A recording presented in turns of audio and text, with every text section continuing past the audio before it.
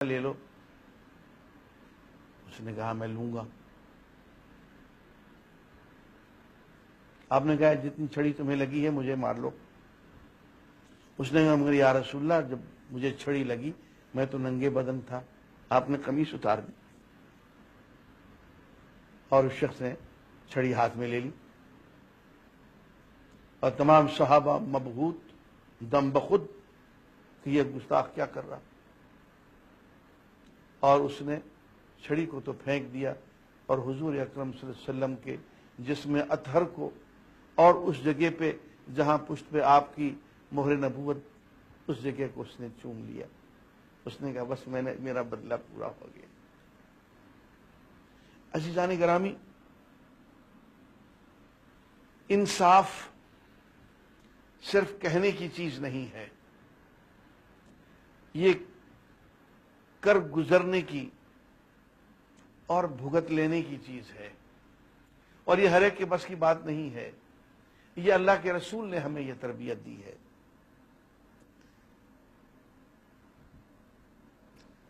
طارق محاربی ایک شخص بنو ثعلبہ کے قبیلے کا تھا، گرفتار ہو گیا۔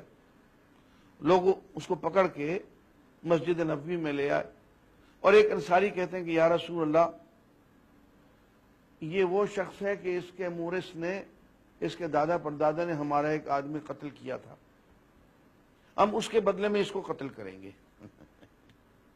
عربوں میں رواج یہی تھا کہ ان لوگوں نے ہمارے قبیلے کا ایک آدمی مارا ہے، ہم اس کے قبیلے کا ایک آدمی ماریں گے۔ حضور اکرم صلی اللہ علیہ وسلم نے فرمایا کہ اس نے قتل کیا تھا؟ یا رسول اللہ نہیں، اس کا دادا تھا، مورث تھا اس کا۔ آپ نے پھر دادے کے عمل کے بدلے بیٹے کو تو قتل نہیں کیا جا سکتا، پوتے کو تو قتل نہیں کیا جا سکتا۔ قرآن تو یہ کہتا ہے لا تزر وازرۃ وزر اخری، کوئی شخص کسی دوسرے کا بوجھ نہیں اٹھائے گا، ہر شخص اپنے اپنے اعمال کا خود ہی بوجھ اٹھائے گا۔ نیک اعمال ہیں تو نیک کا بدلہ اس کی جزا وہ خود لے گا، برے اعمال ہیں تو ان کی سزا وہ خود ہی بھگتے گا، کسی کے اعمال کی کوئی اور سزا نہیں بھگت سکتا، اور یہ عدل کا تقاضا ہے۔ اور یہاں آ کے وہ سارے نظریات جو پہلے چلے آ رہے تھے، کفارے کے نظریات کہ صاحب ہم نے جتنے گناہ کیے ہمارے نبی نے پہلے صلیب پہ لٹک کے وہ سب کا کفارہ دے دیا، وہ پہلے سے ہی معاف ہو گئے، گناہ ہم کریں اور بھگت لے ہمارا نبی،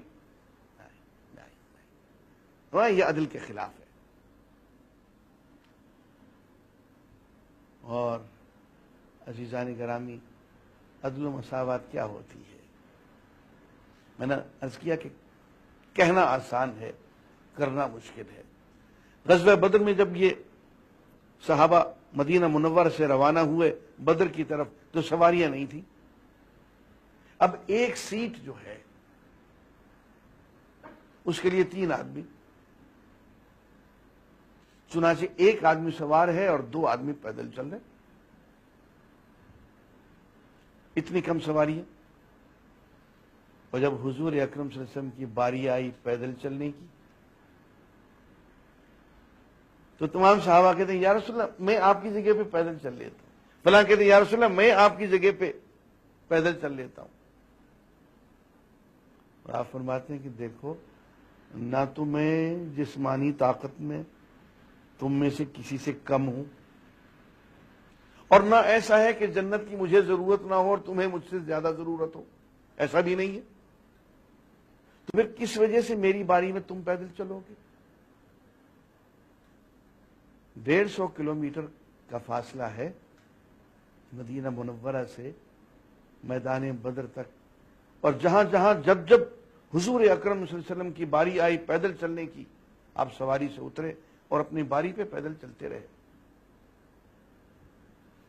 اس جگہ پڑاؤ ڈالا، صحابہ کرام میں کام بٹ گئے۔